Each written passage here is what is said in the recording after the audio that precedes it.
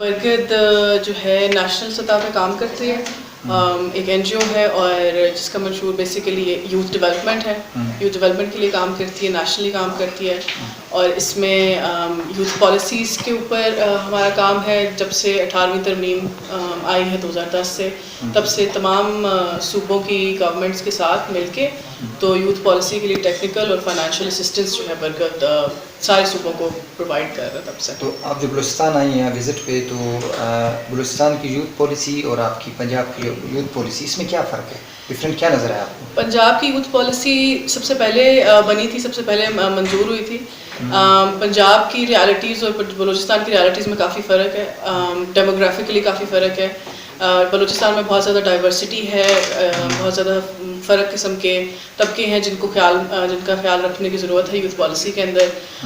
Basic ایک out line جو ہے وہ ساری یوتھ پالیسیز کی 3 پلرز کے ارد گرد ہے، جس میں سوشل، اکنامک اور پولیٹیکل امپاورمنٹ کی بات کی جاتی ہے.